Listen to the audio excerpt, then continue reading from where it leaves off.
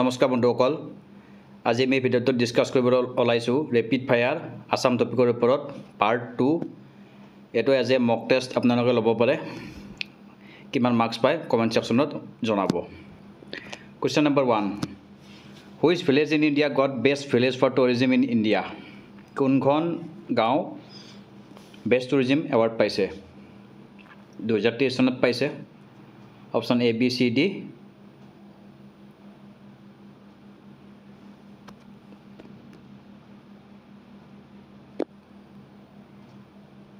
Option C is the correct answer. Biswanath Kate 2023 চনত best village award পাইছে ইণ্ডিয়াত first multi model international logistic park in India ইণ্ডিয়াত প্ৰথমখন international multi modal logistic park ক'ত হৈছে ইয়াৰ correct এনসাৰটো হ'ল কক option সি জকিগোপাত হৈছে অসমৰ মাজেৰে কোনটো নেশনেল ওয়াটাৰৱে পাৰ হৈ গৈছে 1 2 3 4 কোনটো কাৰেক্ট আনসাৰ ইজ আমাৰ যেটো ব্ৰহ্মপুত্ৰ ৰিভাৰৰ যেটো ওয়াটাৰৱে ব্ৰহ্মপুত্ৰ পৰা ধুবুৰীলৈকে এটো নেশনেল ওয়াটাৰৱে 2 মনত থাকিব আপোনালোকে national waterway 2 first tea garden of Assam কিমান কোট হৈছিল প্ৰথমখন টি গাৰ্ডেন অসমত হৈছিল চাবুৱাত option D is the correct answer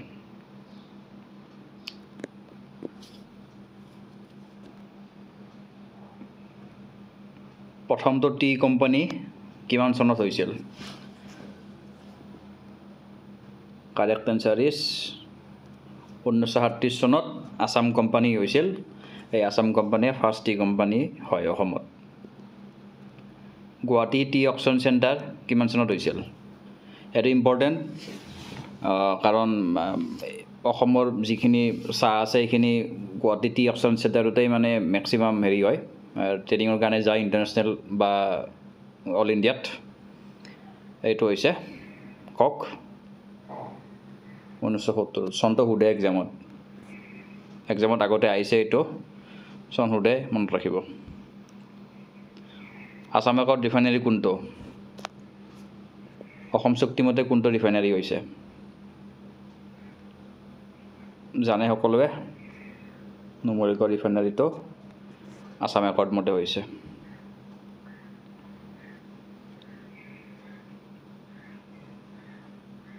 অইলৰ হেডকোৱাৰ্টাৰ ক'ত অল ইণ্ডিয়াৰ ভিতৰত সবে জানে দুলিয়াজানত অইলৰ হেডকোৱাৰ্টাৰ দুলিয়াজান আৰু অসমত শিৱসাগৰত নাজিৰাত এটো হেডকোৱাৰ্টাৰ নহয় কিন্তু শিৱসাগৰ আছে আৰু মানে ওএনজিচিৰ অফিচ আছে আৰু অইলৰ হেডকোৱাৰ্টাৰ এটো দুলিয়াজান হয় কোনটো ৰিফাইনাৰী প্ৰডাকশন ওয়াইজ মানে সবতকৈ লাৰ্জেষ্ট কোনটো আইব পাৰে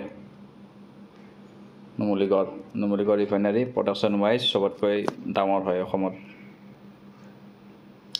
ওল্ডেষ্ট ৰিফাইনাৰী কোনটো এছিয়াৰ এটো সাগে যোৱাবাৰ আহিছিল এক্সামত এডিআৰিত ডিগবৈ ৰিফাইনাৰী সকলোতকৈ পুৰণি এছিয়াৰ এই চাহৰ লগত জড়িত সিটিসি এটো ফুল ফৰ্ম কি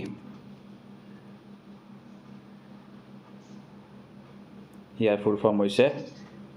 option B is the correct answer CTC full form হল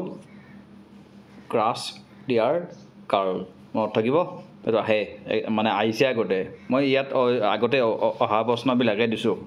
90% আগতে আইছে বা হোৱাৰ পসিবিলিটি খুব হাই এইবিলাক দিছো নীতি আয়োগৰ চেয়াৰম্যান কোন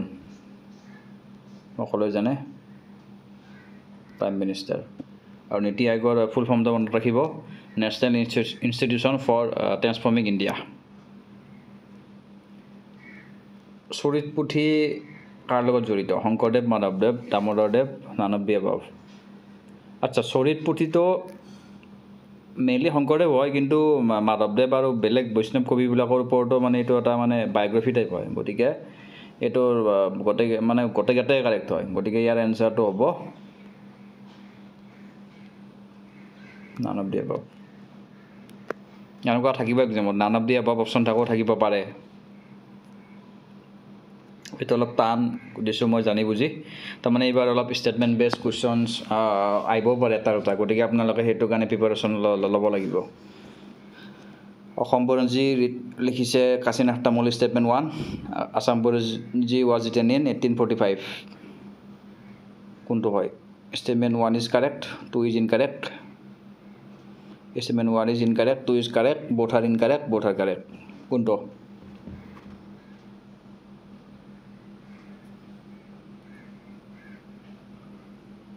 ইয়াৰ উত্তৰটো হ'ল আসাম বুৰঞ্জীখন 1841 ত লিখিছিল আসাম বুৰঞ্জীখন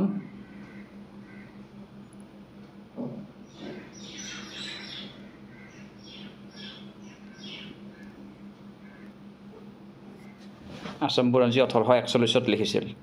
গতিকে ষ্টেটমেণ্ট 2 ইজ ইনকাৰেক্ট কিন্তু আসাম বুৰঞ্জী কাশী নাথ তামুলীয়ে লিখিছিল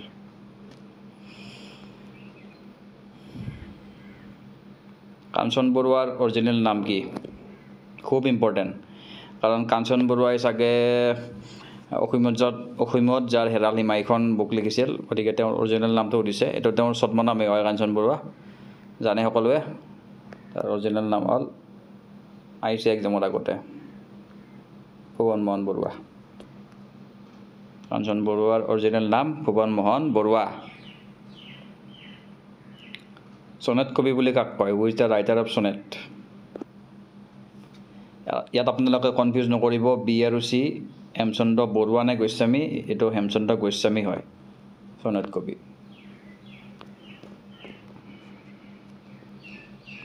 প্ৰথম অসমীয়া ডেইলি বাতৰি কাকত কোনখন সকলোৱে জানে দৈনিক বাতৰি আহিব পাৰে এইটো আসাম ট্ৰিবিউনৰ ফাউণ্ডাৰ কোন হয় correct answer is Radha Gobinda Baruah Assam ট্ৰিবিউনৰ ফাউণ্ডাৰ হয় আহিব পাৰে জোনাকীৰ ফাৰ্ষ্ট এডিটৰ কোন এই তিনিজনে একচুৱেলি জোনাকী এজৰ কবি হয় কিন্তু ফাৰ্ষ্ট এডিটৰ আছিল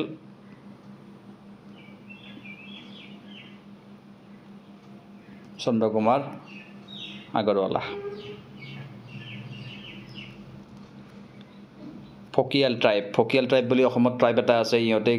কি ধৰ্ম ফ'ল' কৰে কওক ইহঁতে ফ'ল' কৰে বুদ্ধিজিম ফ'ল' কৰে ফকিয়াল ট্ৰাইবে বিৰুবলা ৰাভা কিহৰ লগত জড়িত এতিয়া আপোনালোকে সকলোৱে গম পায় বিৰুবলা ৰাভা ৰিচেণ্টলি ঢুকাই গ'ল গোৱালপাৰা আছিল খুবেই ইম্পৰ্টেণ্ট এক্সামত আহিব পাৰে মেইনলি বিৰুবলা ৰাভাই যিটো আমাৰ ডাইনী হত্যা উইচ হাণ্টিং সেইটোৰ লগত জড়িত আছিল এইটোৰ এগেইনষ্টত আছিল আৰু মনত থাকিব first justice of supreme court from Assam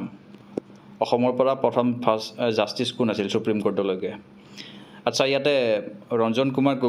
Kumar Gogoi first chief justice আছিল অসমৰ পৰা কিন্তু ফাৰ্ষ্ট জাষ্টিছ বুলি সুধিছে কুৱেশ্যনটো গতিকে ইয়াৰ কাৰেক্ট এনচাৰ পাৰ্বতী কুমাৰ গোস্বামী